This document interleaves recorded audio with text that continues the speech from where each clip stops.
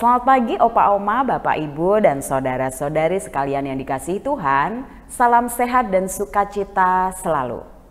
Kembali lagi bersama saya Neneng dan Romo Hadi di acara Oke hari ini Orang Kudus hari ini edisi 9 April 2023. Selamat pagi Romo Hadi. Selamat pagi Neneng, Oma Opa. Kabarnya hari ini? Baik-baik, haleluya. Puji Tuhan ya, haleluya. Haleluya, haleluya, haleluya. Hari ini kita merayakan Hari Raya Paskah ya Romo. Amin. Ya. Sebenarnya makna dari Hari Raya Paskah itu apa sih Romo? Paskah kita bisa lihat dari sejarah. Ya. Sejarah iman, sejarah refleksi kehidupan. Adalah kelompok orang-orang Yahudi yang merasakan sejarah itu. Dimulai dari Abraham, mereka dari Ur ke Kaldea, mampir di Mesir, kemudian ke Palestina, beranak pinak, sampai pada Abraham mempunyai anak Ishak. Ishak mempunyai anak Esa dan Yakub. Nah, Yakub kemudian menjadi Israel. Dan dia mempunyai 12 anak dari 4 istri. Lalu satu anaknya yang paling nomor 11 bernama Yusuf. Anak kesayangan karena dari istrinya cinta pertamanya. Karena anak ini disayang dan juga mempunyai talenta. Sebagai seorang anak, dia bercerita pada papanya, pada kakak-kakaknya. Kakak, papa, tadi malam aku bermimpi. Kau mimpi apa? Dia katakan, ya ada tumpukan-tumpukan gandum. Semuanya melungkup dan hanya satu yang berdiri. Nah, lalu dari saudara kakak-kakaknya, dari ibu yang budak, itu simpan dalam hati, awas lu ya. Ya. Nah, pada suatu hari mereka menggembalakan domba, kambing domba, dan sudah berhari-hari rupanya rumputnya sulit, maka mereka berjalan dari satu tempat ke tempat yang lain sehingga jaraknya cukup jauh. Maka sang ayah ini khawatir kepada anak-anak itu, maka dia menyuruh Yusuf itu pergi melihat. Apa terjadi? Dia dimasukkan dalam sumur. Kemudian dijual. Pakaiannya diambil, kemudian dikasih darah-darah domba seperti seolah-olah dimakan serigala. Tentu sang ayah Yakub itu atau Israel itu sedih sekali. Namun Yusuf diberikan oleh Yahweh talenta. Jadi dibeli oleh orang Ismail. Kemudian dia tampan, dia bekerja di sebuah keluarga bernama Potifar. Dan sang istri naksir. Karena tampan, handsome, body atletis, ramah tamah. Maka bagaimana sang istri ingin menaklukkan pemuda yang tampan ini. Tapi dia tidak mau, lalu sang istri buat gara-gara. Dengan akibat, Yusuf dipenjarakan. Namun, Yahweh tidak tinggal diam, dia diberikan karunia, yaitu menerjemahkan mimpi. Dan mimpi yang terakhir adalah mimpi raja, di mana ada 7 tahun terang, 7 tahun gelap. Ya, diterjemahkan oleh dia, bahwa ada 7 tahun mengalami kesulitan, ada 7 tahun masa subur. Maka 7 tahun inilah orang harus bekerja keras untuk bersiap-siap menghadapi 7 tahun berikut. Hadiahnya apa? Menjadi raja muda. Ketika musim paceklik tiba, area di sana ya, termasuk Mesir, Palestina, itu lapar. Dan mereka mendengar berita di Mesir ini subur makmur. Ya. Dan mereka datang mengunjungi. Ternyata di sanalah perjumpaan saudara-saudara kakak-kakak dari Yusuf yang kemudian menerjemahkan mimpinya dulu itu, di mana dia menjadi raja muda dan kakak-kakaknya semua membungkuk. Kemudian mereka menjemput sang ayah, dan kita bisa baca dari kitab Kejadian yang luar biasa ceritanya, karena itu berupa cerita naratif. Sang ayah kemudian berjumpa, meninggal, dan kemudian dikuburkan kembali di tanah Galilea. Sementara Yusuf beranak pinak, dan mereka tinggal di sebuah kota bernama Goshen. Lalu orang-orang Mesir mempunyai pikiran, mereka maju sekali, sekarang untuk menghambat kemajuan mereka, jadikanlah budak. Ya, sekitar 300 tahun lebih. Lalu lahirlah Musa. Nah, Musa juga dengan kejadiannya yang unik. Dia lahir sebagai seorang Yahudi, dan waktu itu ada juga penindasan terhadap orang-orang Yahudi itu. Maka Musa dibuang ke Sungai Nil, dan kakaknya Miriam mengintipnya. Kemudian Musa diterima oleh putri raja, karena dia gemuk, gemes ya, diambillah sebagai anaknya. Maka tinggallah Musa. Yang unik dari cerita dan kehidupan Musa itu adalah ibunya menawarkan diri untuk menyusui, dan dia disusui oleh ibunya. Jadi boleh katakan ibunya tuh, ibu kandungnya itu orang Mesir tidak tahu. Itulah cerita tentang Musa yang kemudian melarikan diri setelah dia membunuh satu orang yang Mesir. Dan di sana di padang gurun, rupanya di Gunung Sinai, Musa mendapatkan wangsit. Ya. Dia melihat semak-semak terbakar, tapi tidak terbakar. Ketika dia mendekati, lalu ada suara mengatakan, lepas rompahmu. Akulah Allah Abraham, Ishak dan Yakub. Nah, lalu dalam cerita, ada tulah-tulah ya yang ditampilkan. Pertama, ular. Jadi ular yang ditampilkan oleh tukang tenung itu dilempar oleh tongkatnya Musa dan dimakan. Maka kemudian tongkat itu menjadi simbol untuk farmasi. Ya, dan kita bisa lihat di Bukit Nebo, di mana itu ular yang boleh diambil bisanya dan untuk menyembuhkan orang. Itu farmasi. Kemudian situasi alam diterjemahkan, ada belalang, ada katak, segala macam ya kesulitan dialami untuk membebaskan orang Mesir. Tetapi tetap aja Firaun tetap tidak mau. Akhirnya ujung-ujungnya anak-anak sulung Mesir itulah yang kemudian menjadi tumbal istilahnya.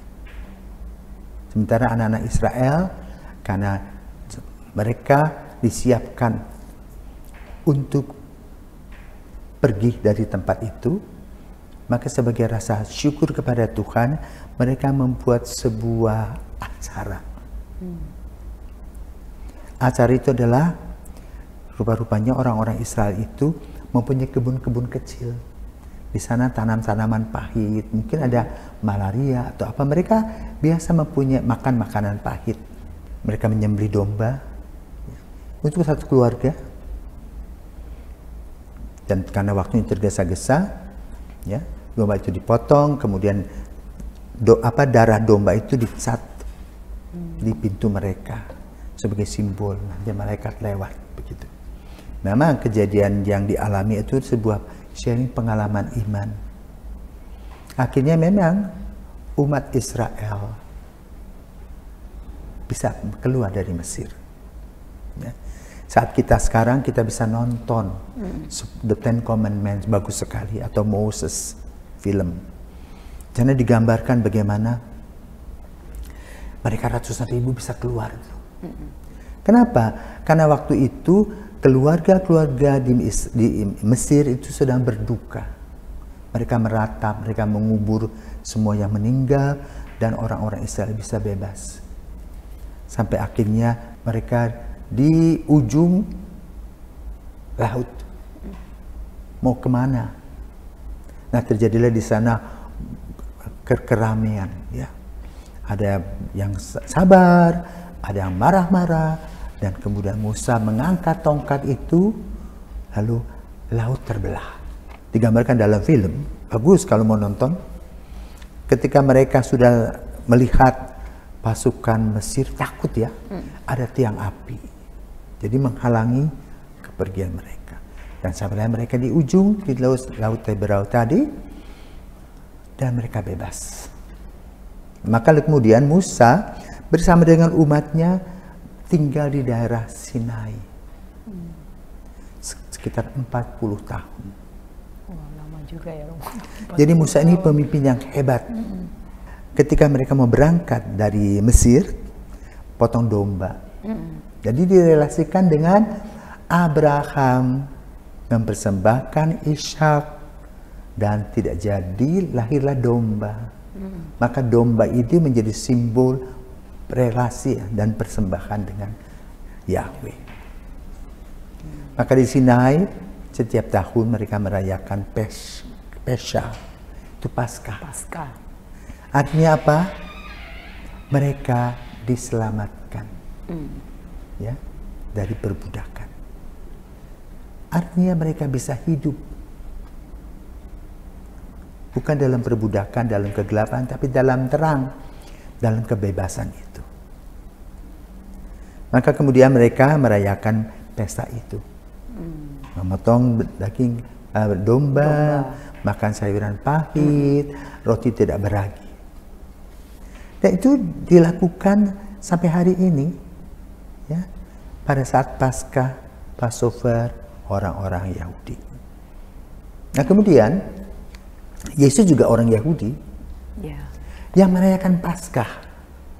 Dan kita bisa lihat itu bagaimana Yesus bersama-sama dengan para murid mempersiapkan pesta perjamuan itu. Pada hari Kamis yang kita peringati Kamis Putih, di mana di sana ada dua nilai yang ditampilkan. Makan bersama, sebagai kebersamaan, sebagai satu komunitas. Tetapi di tengah-tengah perjalanan itu terjalin hukum kasih, melayani. Itu Yesus mencuci kaki para murid. Seharusnya bosnya dicuci kakinya. Ini enggak, terbalik. Itu Yesus mengajarkan hukum cinta kasih. Kemudian perjamuan malam terakhir, dia mengubah kalimat yang biasa dikatakan dalam tradisi Yahudi menjadi inilah tubuhku, inilah darahku, makanlah dan minumlah untuk mengenangkan aku. Nah itu menjadi kata-kata konsekrasi. Setelah itu Yesus mengalami penangkapan dan disalibkan. Nah ketika Yesus disalibkan, itu menjadi tontonan publik dan itu menyejarah, bukan legenda, menyejarah. Maka para penginjil khususnya Yohanes menulis bagaimana Yesus sampai disalibkan, kemudian Yohanes dan Maria berada di kaki salib, kemudian Yesus wafat, ya, ketika dia sudah wafat ditusuk lambungnya Longinusnya sembuh dari kebutaan. Dan Yesus diturunkan dari salib yang kita kenal sebagai Pieta. Lalu dikebumikan. Dan Yesus itu dibaringkan di mausoleum. Ya. Dan hari ketiga dia bangkit. Ya. Nah itulah perayaan Paskah yang kita peringati. Ya, itu merupakan sebuah misteri yang luar biasa. Kenapa?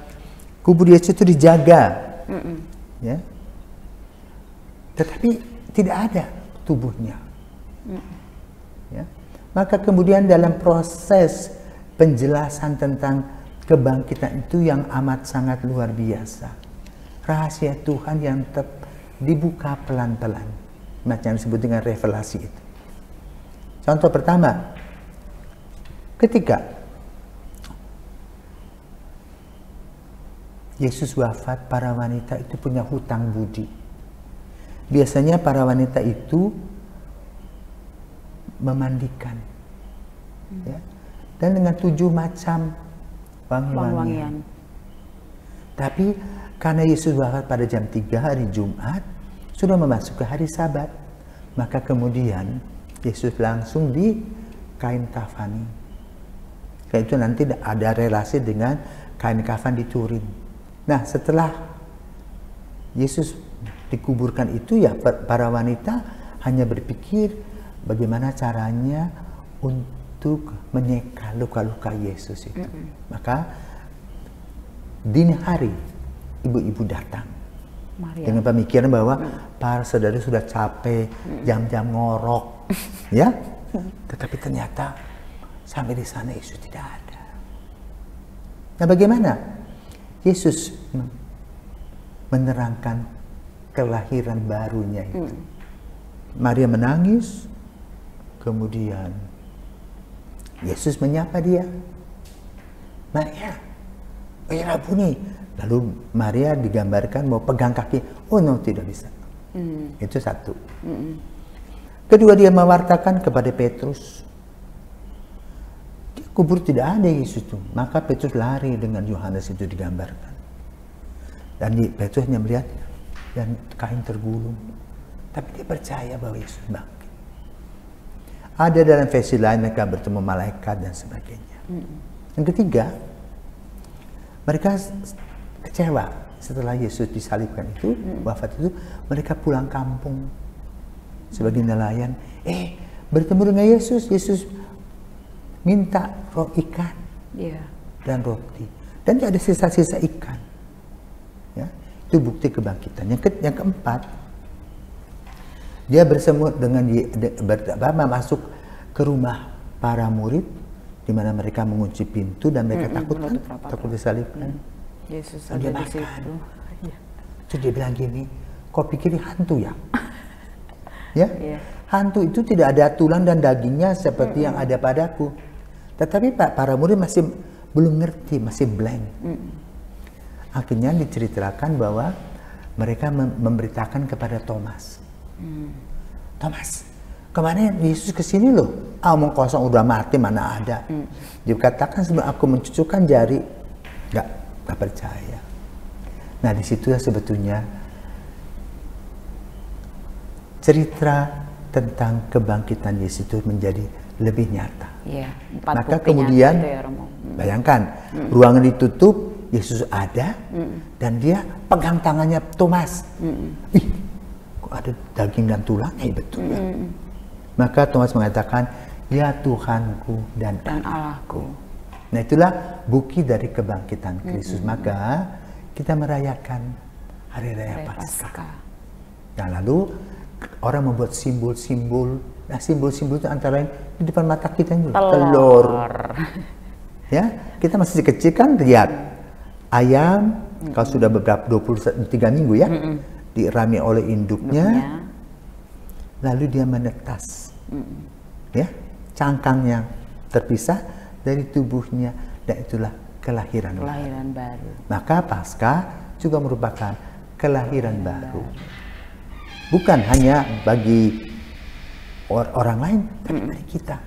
Karena itu relasi Paskah dikaitkan dengan masa depan eskatologi. Bahwa kita pada waktunya akan mati, tapi kita akan dibangkitkan. Dan kebangkitan itu seperti yang dialami oleh Yesus. Ya, maka kita percaya bahwa Kristus wafat, Kristus bangkit, Kristus menyelamatkan. Itulah kira-kira gambaran tentang Hari Raya Paskah. Ya, semoga dengan semangat Paskah kita tetap bangkit. Ya, biarpun kesulitan datang, silih berganti, tetapi kita tahu bahwa Yesus memberikan kepada kita hidup yang luar biasa. Satu lagi Romo, pertanyaan dari Neneng nih, kalau misalnya kita merayakan Hari Raya Paskah di gereja itu ada madah sekuensia, itu bagaimana itu Romo? Sekuensia itu artinya apa? Jadi masa itu masa peralihan. Oh. Masa peralihan. ya, antara remang-remang dan terang. Nah, di situ kita berada. Jadi kadang-kadang kita masih bimbang, seperti yang dialami oleh para rasul, bimbang akan kehadiran Yesus. Tetapi lalu mereka merasa betul, ini di luar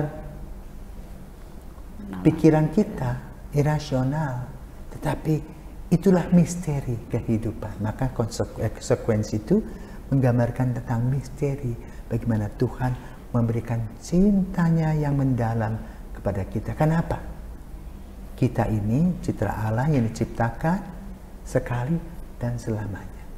Maka jagalah baik-baik apa yang Tuhan berikan kepada kita sebagai karunia kehidupan. Dan kita harus mempunyai dialog kehidupan dengan Tuhan secara pribadi. Kenapa? Tuhan mengatakan, engkau berharga di mataku. Terima kasih Romo. Wah, pengetahuan yang sangat luar biasa hari ini tentang, khususnya tentang Hari Raya Paskah ya Romo. Neneng baru tahu pengetahuan yang sebagai Katolik sih dari lahir Romo. Cuman kalau pengetahuannya ini loh yang baru Neneng terima baru Neneng tahu dari Romo Hadi hari ini juga saat Hari Raya Paskah Romo. Wah, bersyukur sekali ya.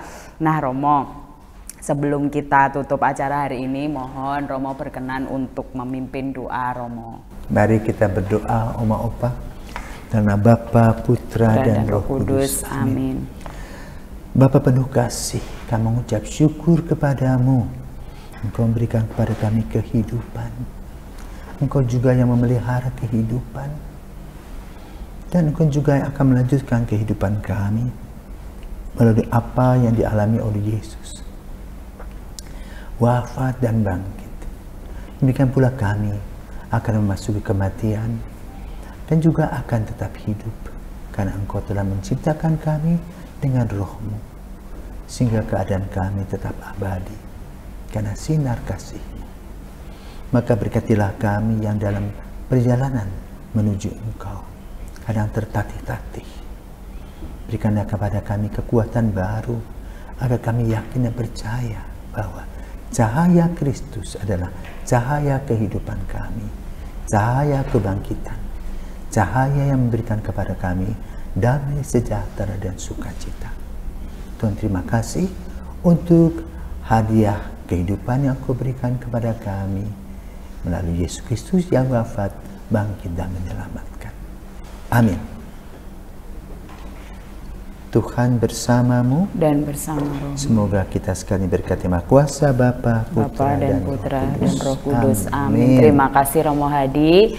Baik Opa Oma, Bapak Ibu dan saudara-saudari sekalian yang dikasihi Tuhan, saya dan Romo Hadi serta kru dari Oke hari ini, Orang Kudus hari ini mengucapkan Selamat Hari Raya Paskah.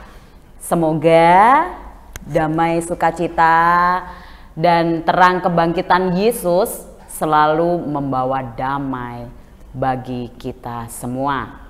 Sampai jumpa di acara Oke hari ini, Orang Kudus hari ini selanjutnya.